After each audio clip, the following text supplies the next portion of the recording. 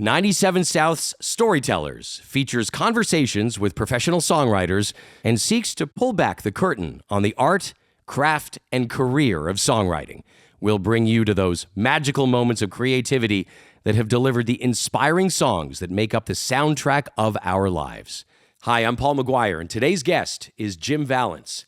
He is a member of the Order of Canada and is one of the most successful songwriters in the world, whose long association with global star Bryan Adams has produced an incredible track record of mega hits, such as Summer of '69, Heaven, and Cuts Like a Knife. BC native, songwriter, producer, arranger, Jim Vallance's discography reaches into every corner of the soundtrack of our lives, including hits for Heart, Aerosmith, Alice Cooper, Kiss, Bonnie Raitt, and Canada's own Glass Tiger. Jim's accolades, which are too numerous to mention, describe the highest level of artistic and commercial achievement and will culminate this fall in his induction into the Canadian Songwriters Hall of Fame. Good day, sir. Hello, how are you? I'm good. How are you? Can't complain. Thanks for doing this. My pleasure. What a treat. We're going to get into so much here today, Jim, but to hit home runs as many times as you did just indicates that you have not broken a code, or cracked a code rather, but maybe it does. Did you crack a code? Is there a code to be cracked? I mean, I think if you ask somebody like, David Bowie or, they say there are no rules, and if there were, they're there to be broken. But I just had a couple of things that I sort of discovered early on and then have adhered to ever since. And I don't think it's necessarily formulaic, but the first thing is, as a songwriter, you have to choose whether you're going to do it as a hobby and make no money, or and then have another job somewhere else, or do it for a living and have it be hopefully your source of income. And so to connect those dots, to do it for a living, you have to make some money at it. And to make some money at it, you have to sell some records. And to sell some records, you have to get your songs on some records. And to get your songs on some records, where typically there's maybe 10 or 12 spots, and often, like in my experience with Aerosmith or other bands, there's about 30 songs to choose from before they go in the studio. So to get your song one of the 12, and therefore sell some records, make some money, buy some groceries, not have to have a real job, you've got to check a few boxes. And the main thing I've always tried to do is make sure the title is paramount. In other words, after you listen to the song, not even the whole song, if you listen to the first verse, the first chorus, and stop the tape, then ask someone, what's the title of the song? If they can't answer that question, you haven't done your job. So real overt examples of that are, say, Paul McCartney's song, Get Back. We've sung the title 3 times already in like 2 seconds. Or AC/DC's Highway to Hell. There's absolutely no doubt what the title of that song is. And then to turn that on its head, if you remember the song by Train, which was called Drops of Jupiter. Yes. Now that Drops of Jupiter, that line appeared only once in the song as sort of a nondescript line of lyric. And the real thing you took away was, tell me, the song should have been called Tell Me. In fact, when the song became a radio hit, the record company quickly re-released the album with a sticker on the front that said, contains the hit song Drops of Jupiter, and then in brackets, Tell Me. So that was a bit of self-sabotage on the band's part to not put the title front and center. The song was still a hit because it was just so darn good. But what's that line? What, are you scared of success? What's going on, guys? Come on. Well, that's called never missing an opportunity to miss an opportunity. But so I just always tried to not be formulaic or do paint my numbers songwriting, but I just have always believed and still believed that the title is the thing that the listener goes away with. And if the title can be not just memorable, but another strategy is alliteration, where you get, like 2 S's, like Summer 69. That's a good strategy for implanting a thought in the listener's brain. So it's a little bit of a game to be played, because your listener, your record buying audience, are the people you want to implant. They call them earworms. Yeah. I mean, I've got a couple of songs going in my head right now, not my own songs, but they just keep playing over and over and they won't go away. Let me guess, Ed Sheeran? Yeah, that's one of them. Yeah. Yeah, I bet. Yeah. Yeah. Again, just to answer your question, long answer for a short question. No, it's a podcast and it's long, and I read the insight. I'm, by the way, totally not surprised that you've already told me something in the first few minutes of this podcast that I've never heard another songwriter tell me. That the idea about stopping the song after a minute or whatever and asking somebody what the title is, if they can't tell you, then you've done something wrong, or you're maybe need to rethink your approach to it, is incredibly insightful. And I've been talking to songwriters for almost 30 years. I've never heard anybody say that before. Wow. That to a degree, that is cracking the code a little bit. And I bet many of the songwriters you've talked to actually do that, but just haven't like self-articulated or aren't conscious they do it. Yeah. They're just doing it intuitively. You said you hoped you weren't formulaic twice already. And I think, as is evidenced in your discography, there's nothing formulaic about the songs that you've written, just by virtue of the variety of artists and the genres that you have spread your art across. Formulaic is not a word that comes to mind when you talk about Jim Vallance. No, not a chance. Well, thank you. Just an absolutely incredible thing. And again, I'm not surprised that you unlocked something so early on in this conversation. You said you've stuck to that. How did you discover that, though? I know you started, and again, we'll go back to the beginning a little bit here, because you, I believe, started playing the piano when you were 7. That was the first instrument that you were introduced to. Did you like it? No, I hated it because it was lessons, and it was tedious, and the teacher was, demanding and didn't make it fun.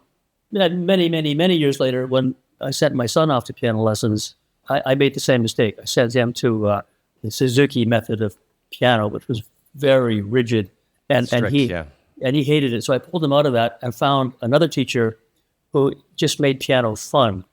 And I wish I'd had a teacher like that right out of the gate, age 7, because music I discovered was not fun. It made it not fun. So I basically ignored music for the next number of years. It just wasn't on my radar at all.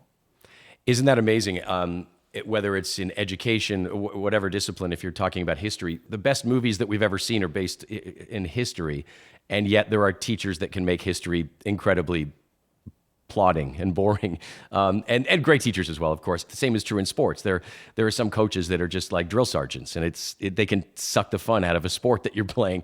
Absolutely. Conversely, there are great piano teachers who make it fun, who can channel some sort of or have the ability to show people the fun in something, in the sport, in history as well, if you have a great teacher who can be inspirational. So it's good that you eventually found that. I did. Yeah. So I was I started by asking you how you discovered these things. Like you said, many songwriters over the years may implement that technique of hoping that you can figure out the title of the song by listening to just a bar and a chorus. But how did you discover it? Do you remember a moment where you kind of were like, oh yeah, that's important? I don't remember the moment. I think before I was a songwriter, I was a fan. Still a fan, but I listened to a lot of music as a teenager, and decided I wanted to do that. That I wanted to write songs or make music. I didn't know it would be a profession, but I was compelled. And I'm just guessing that I absorbed that, listening to pop songs in the 60s, which were, what an era. The songs were just amazing all through the 60s. Burt Bacharach and Brian Wilson. And beautiful melodies. Yeah. So I'm sure that just kind of, came to me subconsciously, it just implanted itself. Taking the experience of being inspired by that music and then implementing it into your own songwriting. That's it's tough to take it from the ether out there and then use that in your own art. You must have crashed a few times before you flew, right? Oh, sure. Well, listen. You were very kind off the top, saying what a track record. I had a fair number of hits over the years, but behind every one of those hits, there's like a dozen songs that never even saw the light of day, and I put the same amount of effort into every one of them. So, there's a little bit of luck out there too. I've never once sat down and tried to write a bad song, but Right. but some of them just don't get there, you know. So again, I think it's a volume thing. If you write every day, I think it was Norman Mailer, the author, said he just got up every morning and he would write from 9 till noon. That was it. But he did it every single day. And some days he got stuff and some days he didn't. And I think that's part of it too, just putting in the hours and the work and the effort. The effort. I was going to say that's the word. I think that is the word. I've some days of abject frustration, I would imagine, where you're like, I don't know if I can do this. And then other days where it just seems so easy.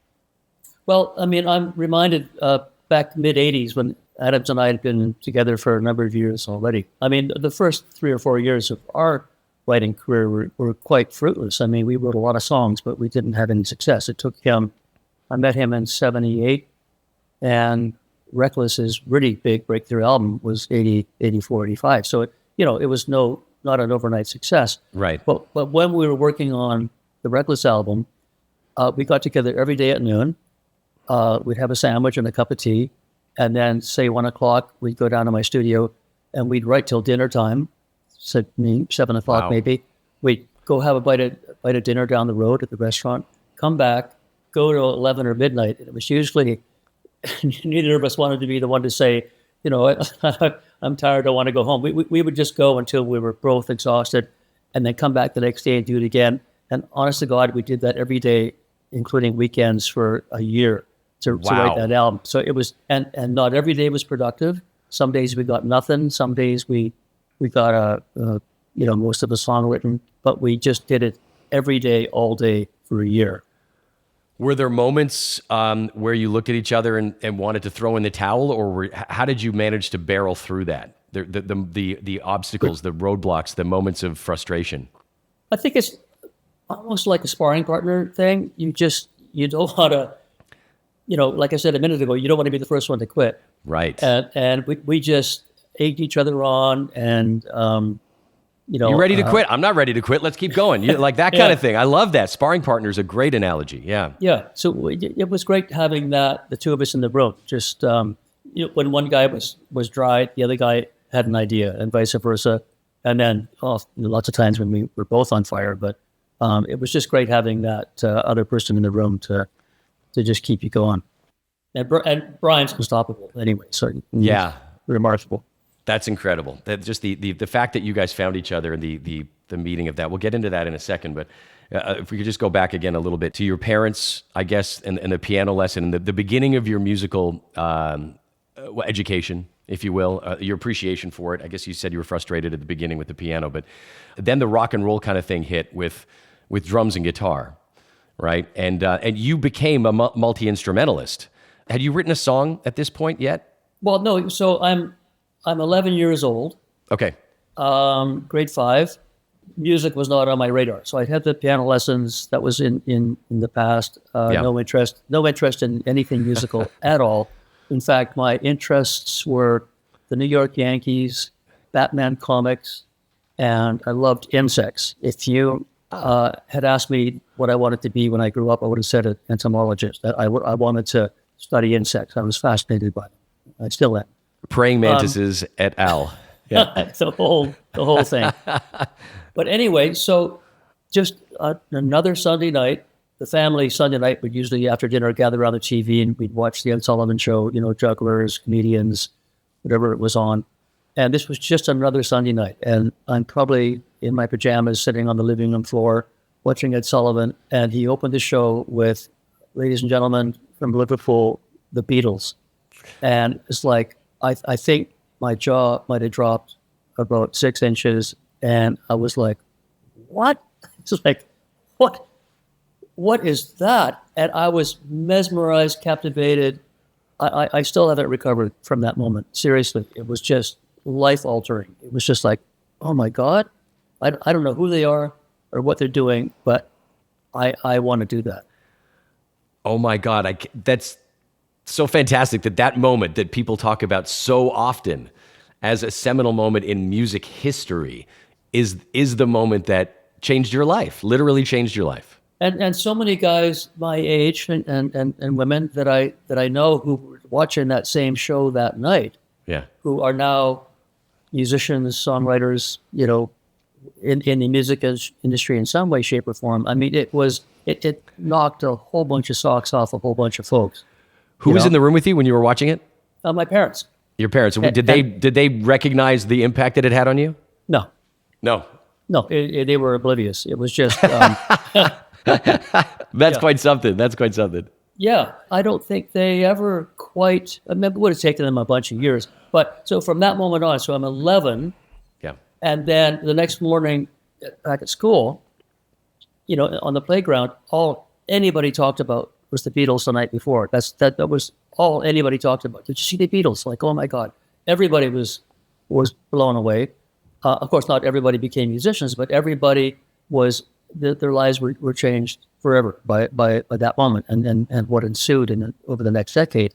But probably around 11, 12, I started to beg for a drum kit or a guitar or anything. So suddenly now music is like everything to me. I'm just, I had my mom drive me, we took the bus downtown the next day or the day after to buy the Beatles single.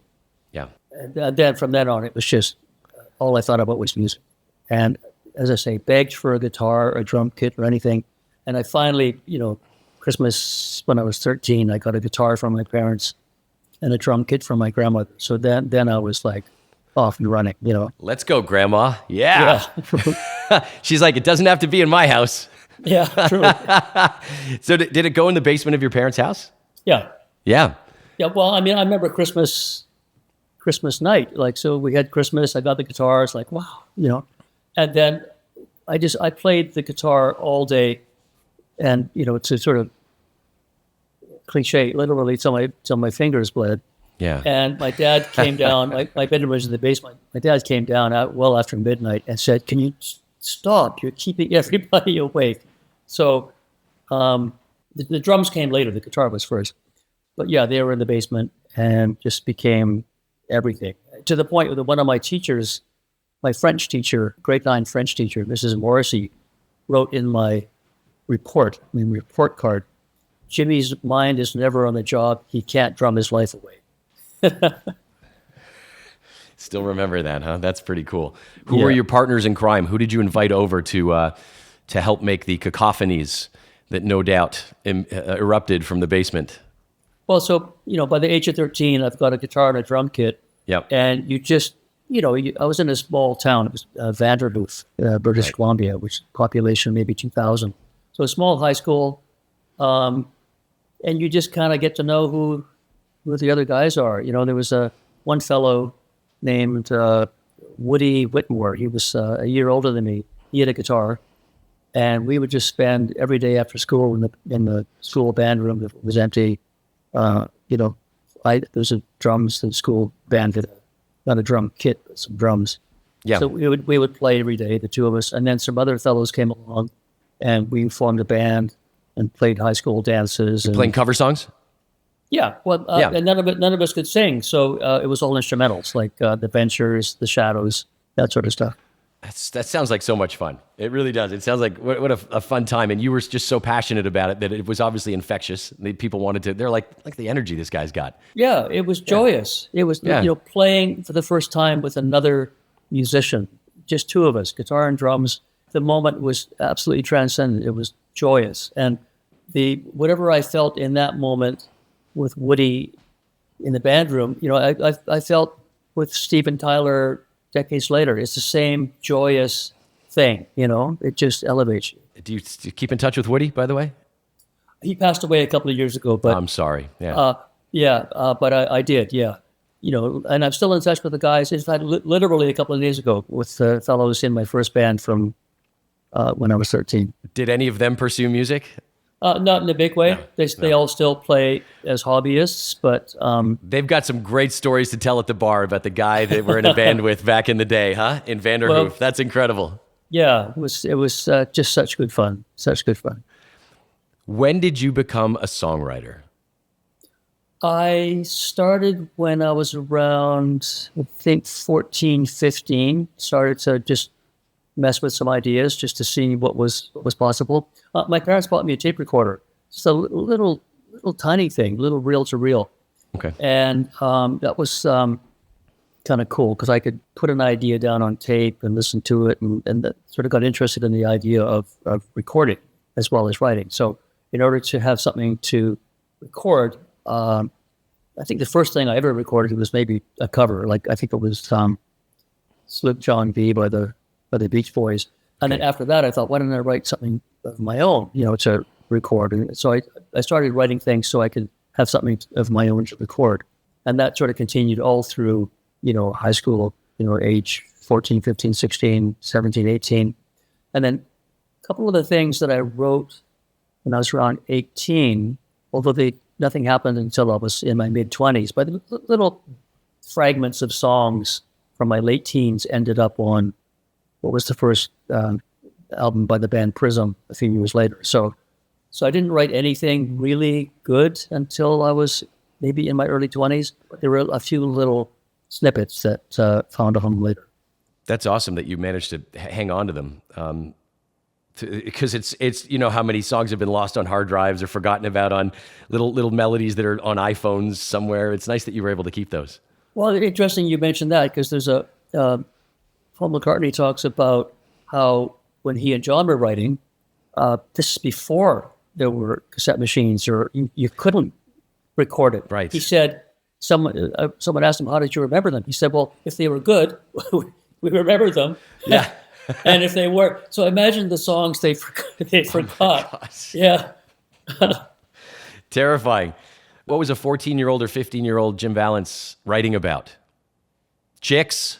Yeah, of course. Cars? Yeah, okay, good. Yeah, girls. Do you remember your first one? I mean, I don't know if there was a first one or your first. I do. I remember the first song I ever wrote, and it was kind of inspired by the Beatles song "Good Day Sunshine," and that Beatles song was inspired by "Love and a Spoonful," "Daydream," and so a little bit of a Sgt. Pepper kind of a vibe to it, and it was called Marjorie.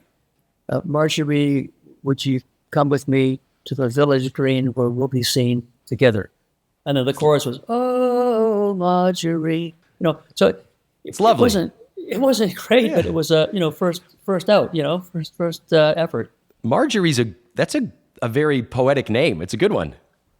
And again, I was totally riffing on, I think, "Lovely Rita," by Sure. the Beatles and all of that. Just trying to be a little whimsical. Marjorie's a good one though. You got 3 syllables there, ends with the E. Lots of things rhyme with that. It's great. Yeah, sure. Yeah, that's a good. And there was a Marjorie, obviously. There wasn't. There was no Marjorie. There was no Marjorie. Oh, dashed. Yeah. Okay, we could delve into the minutia for hours and hours, and I'm not going to do that to you, but let's jump ahead to one of the most important relationships of your career. You guys are the Lennon and McCartney of Canada, if I may be so bold as to say that. It's your relationship with Mr. Bryan Adams, and a great sparring partner, obviously. Truly. He's so talented and so tenacious. He's amazing. How'd you meet? I had been in this band Prism and I had quit, so I was unemployed, no plan. And Bryan had been in another band called Sweeney Todd, and he had quit. And I just met him one day. I was at the Long and McQuaid music store in Vancouver, and Bryan was in there, and a friend of mine introduced us, and we were each a little bit aware of the other, just from having both been in Vancouver bands. Right. And we had a bit of a chat. And what are you up to? Not much. What are you up to? Not much. And it's probably Bryan who said, why don't we get together? Which we did a couple of days later and literally never stopped. I mean, we wrote a song the first day and just kept going. Isn't that something? Had you had moments of revelation with songwriting partners prior to Bryan? Had you had moments when you were in a room and somebody else unlocked something that you had presented? You know what I mean by that? I know. I'm sure you've written a bunch of songs by yourself, but had you had that before you met Bryan? That's an interesting question. And you know what? I've honestly not thought of this before. I don't think I co-wrote with anybody before Bryan. Oh, I think he was my first collaborator. Yeah, I don't think I code-written. wow. Yeah. Your first collaboration is Yeah. one of the most lasting songwriting partnerships in music history. That's quite something. And interesting you mentioned that because, I think up until then I'd just written alone. Different vibe, right? I mean, I know in the years that I've talked to songwriters, there are very few who write on their own nowadays. It tends to be a collaborative endeavor more than a solo effort. What did you discover about yourself? What did Bryan allow you to discover about yourself? Well, I think I discovered more about Bryan right out of the gate because I wasn't expecting him to be so talented. So I thought I was going to be like the main songwriter and he was going to be the singer. Because again, I can't sing. So I need somebody to sing my songs. So Is that true? You can't sing? Not, it's not something you can learn. You either are born with that gift or you're not. So it's my experience that true tone deafness is a real rarity. Most people can kind of carry a tune. Oh, I can sing. Okay. But there's singing and then there's singing. I got you. There's Don Henley and right. Sean Lennon and these amazing voices that are rare and wonderful. So you could drop something down on a demo and not be bashful about it. You're like, here's the idea. Yeah. Yeah. So Okay. Absolutely. I could sing kind of in tune, but I don't have a voice that you'd want. You don't have a weapon like Bryan. Truly. Yeah. So I knew he could sing. Yeah. I didn't know he could write. I didn't know he was as all-rounded as he was until we got in a room together. And then I was like, oh, okay. So then we started like the bouncing ideas back and forth thing right from day one. So I discovered that about Bryan, that he was going to be, not just the singer that I so desperately needed, but he was going to be my songwriting partner. And did it expand your horizons? I know that's a silly way to maybe put it, but were you like, oh my God, this just turbo boosted everything I've already got? Oh, sure. Yeah. Yeah, because we were both excited to have found each other. And two people in a room, you would think doubles the energy. But honestly, I think it like quadruples the energy. It's exponential. We just, the more I was inspired, the more he was inspired. And we just kept going on that role. Just somebody to challenge you a little bit, and for you challenged him a little bit, and so you kind of keep that thing going, like you said, the sparring partner. Yeah. It was not competitive as much as I think we had an unwritten kind of rule, or maybe we even articulated it. But it was, there's no ego in this. The best idea wins. So, you can get precious. I've collaborated with songwriters who are extremely precious about their contribution. They would come up with something and my God, that was it. They would like fight for their idea. Whereas Bryan and I were never driven to just be the one whose idea got in the song.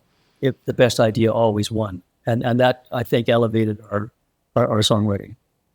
I'm wondering about the first time that you saw Bryan perform one of the songs that you had written together live and it captured something special. You're like, we did that. I wrote that with him, and he's up there performing it, and look at the reaction it's getting from the crowd. I don't remember the first time. That would be a bit of a stretch memory-wise. Yeah. It would have been like 40 years ago, let's say. Yeah. But I do remember many occasions being in, an arena with, 20,000 people. I'm singing one of the songs he and I had written, and just thinking, wow, this is kind of cool. It's not, that never gets old. It's really special. This thing did not exist before we sat in that room on that rainy Tuesday afternoon and brought out our guitars. And now look at what it's doing for people. They're coming together in celebration of this idea that we had. Yeah, it's moving. It's special. It's incredibly powerful, right? When you first started, you weren't thinking about this as a career. There must have been a point where you were like, yeah, this is now, I'm going to attack this as a job, as a profession. Songwriting is now what I do.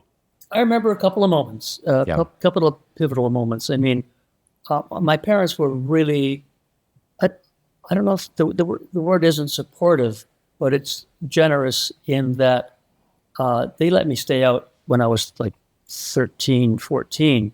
I was playing dances on the weekend, and I'd drive to another town with the other guys in the band who were a little bit older than me. Maybe they might have been 16 or 17. Wow. Yeah, had to have their driver's license, right? They had a driver's license. Yeah. So I'd drive with these guys, and sometimes they'd have a couple of drinks at the wherever we were. I mean, it was kind of dangerous, you know. But my parents let me do that all through high school. You know, school dances, weddings, whatever else we were playing at anywhere we could get. And we'd get like $5 to play a gig, and we were thrilled. Gas money. But, yeah. But then we got to, so I'm 18, grade 12. It's like, okay, let's start talking about what university you want to go to and what you want to take. And I said, well, I don't want to go to university. I want to be a musician. It was like, oh, no, excuse me. It was okay for a hobby, but now we've got to talk, you know, about serious stuff here. I said, I'm serious. I want to be a musician. And so my parents were horrified. And the compromise was, I said, okay, I will go to university, but only if I can take music. So they agreed to that. And so I went to University of British Columbia Music Department for a year. I think I learned a few things, you know, but it was not what I wanted to do. And during that year, I found a part-time job at a recording studio for no pay. I was basically the T-boy. Like intern T-boy. Yeah, gotcha. Yeah. Yeah. You know, that was kind of the beginning of working in studios, and I got to know a few other guys my age and musicians and so on, and went from there. But so then I do become a musician. So I'm now playing nightclubs in Vancouver, and you know, wedding receptions and bar mitzvahs and things here and there. I'm like making no money. It's really, really tough. Yeah. So I'm in my early 20s. My rent's $75 a month for a basement suite, and some months I don't have it. So I remember one moment in particular. I think it was a wedding reception. I'm wearing a black suit and a tie, and no drumsticks, only brushes because it's quiet. Right. And there's an organ, a saxophone, a bad singer, and me. And I remember I just had my head down, looking at my snare drum, and thinking, really, this is what I want to do. Yeah. I was despondent. I had no money. I did not enjoy what I was doing, and somehow I got past that moment and got with a better band, and then things kind of started to happen. But yeah, there were some moments where I doubted my decision. And you're like, my parents are gonna, oh my God, they're gonna be, so I told you so, all that stuff. Oh, funny story. Right around that time, and again, I mean, you wouldn't know it now, but I had like a beard and a lot of hair. I was a scruffy hippie, and my elderly aunt invited me for dinner one night. I think she took pity on me, and so we're around the dining room table, aunts and uncles and cousins, and my aunt whispered to the person next to her, loud enough for everyone to hear, "When's he gonna get a job?" I mean, it was humiliating, but she wasn't wrong, So I did have that moment. It wasn't a moment; it lasted for a couple of years, where I really wasn't sure that I could make a go of this, But what I'd like to say is, I was uniquely unqualified to do anything else, so I stuck with it. And you used the word compelled before. You were compelled. I was. Yeah. But I will admit that there were moments where I thought I just didn't have the impetus. I didn't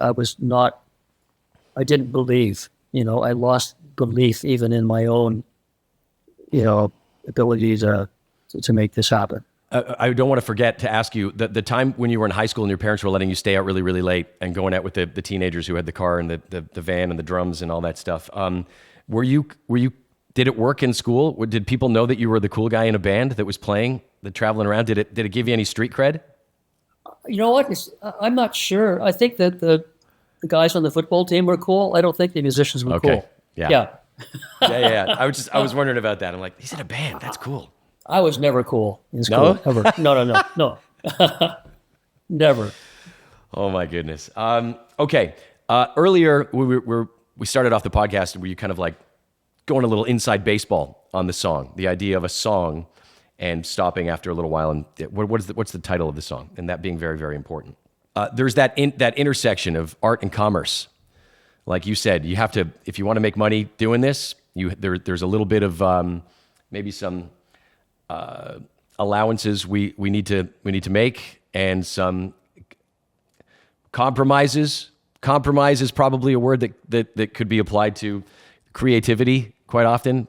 Putting songs together, you have to compromise. You said with your collaboration with Bryan that the best idea always won out. You were never too precious about any one thing. So that is, those all sound like very, very rational, level-headed traits, characteristics that you have, which is not always the case in the music industry, is it? When you've got artists who've got a message to get across. So many people have sung your songs. So many people have put your songs out there. I'm going to ask you to be reflective a little bit, if you don't mind. What do you think it is about your particular brand of storytelling that is so transferable across genres, artists, genders, everything? You have an amazing ability to appeal to a lot of different people, and they want to sing your songs. What do you think it is about Jim Vallance? I think I'm a good listener, for starters, a good observer. I mean, every artist I've worked with, and there's been, dozens and dozens and dozens, the end result is people hear your song and hopefully like it and go to the record store and go to a concert or somehow access your music. Yeah. But way, way, way before that, you're just sitting in a room with no windows with another person, and there's a blank sheet of paper. So the last thing on your mind really is who's gonna want to listen to what we're doing. That the first thing on your mind is, let's write something that we like. Let's write something that pleases us, and then we'll see if it passes the long test. And further to that, depends who you're sitting in the room with. So if I'm in the room with Bryan, or if it's Joan Jett or Steven Tyler or Ozzy Osbourne, or any number of people I've collaborated with, but my job is to write something that pleases them and works for them and will work for their audience, their fans, and hopefully not looking necessarily back at their career for precedence, but looking forward to how can I take what they've already done and maybe add some value to it, or contribute. I mean, I have literally written a song for Anne Murray on a Friday and Kiss on a Monday. So the changing gears is quite something. But at the end of the day, artistic whiplash. Yeah, it kind of is. But you know what? A song is a song, and I'm not saying Kiss could have recorded my Anne Murray song, or Anne Murray could have recorded my Kiss song. They were each written specifically with that artist in mind. But there's been songs that, like Adams and I wrote a song for Stevie Nicks that I don't think she ever even heard, let alone recorded. But we turned it around a little bit later. I gave it to Roger Daltrey, and he did it. So sometimes you can be very specific in targeting who you're writing for and therefore what you write. And other times a song can cast a wide enough net that if, Run to You, Bryan's song Run to You, starts with a riff. We wrote that for Blue Oyster Cult, we thought, because their famous riff, Don't Fear the Reaper, we thought, okay, let's find a riff that Blue Oyster Cult will love, and then they'll record our song. So we wrote Run to You, and we were actually asked. Our friend Bruce Fairburn was producing it, so Bruce said, do you have a song for Blue Oyster Cult? So we wrote Run to You. and sent it off, and they didn't like it. So now we got this song. Okay, what are we going to do with it? Oh And my so, God. so we sent it. So we sent it to 38 Special, a Southern rock band, Yep. and they didn't like it. And so maybe because we'd written it for somebody else, Bryan didn't see it as a song for him, and it was kind of a last minute addition to his Reckless album, and ended up being a big hit for him. But my point is, we wrote it for somebody else altogether, but it managed to, find a home. And I've got lots of examples like that, songs that didn't fly, maybe a year or two later found a home. What a wonderful little sliding doors moment. That not little, huge sliding doors moment that is. The fact that it was turned down by 38 Special and Blue Oyster Cult and became arguably one of Bryan's signature songs. Yeah, surely. Thanks for listening. This has been Storytellers.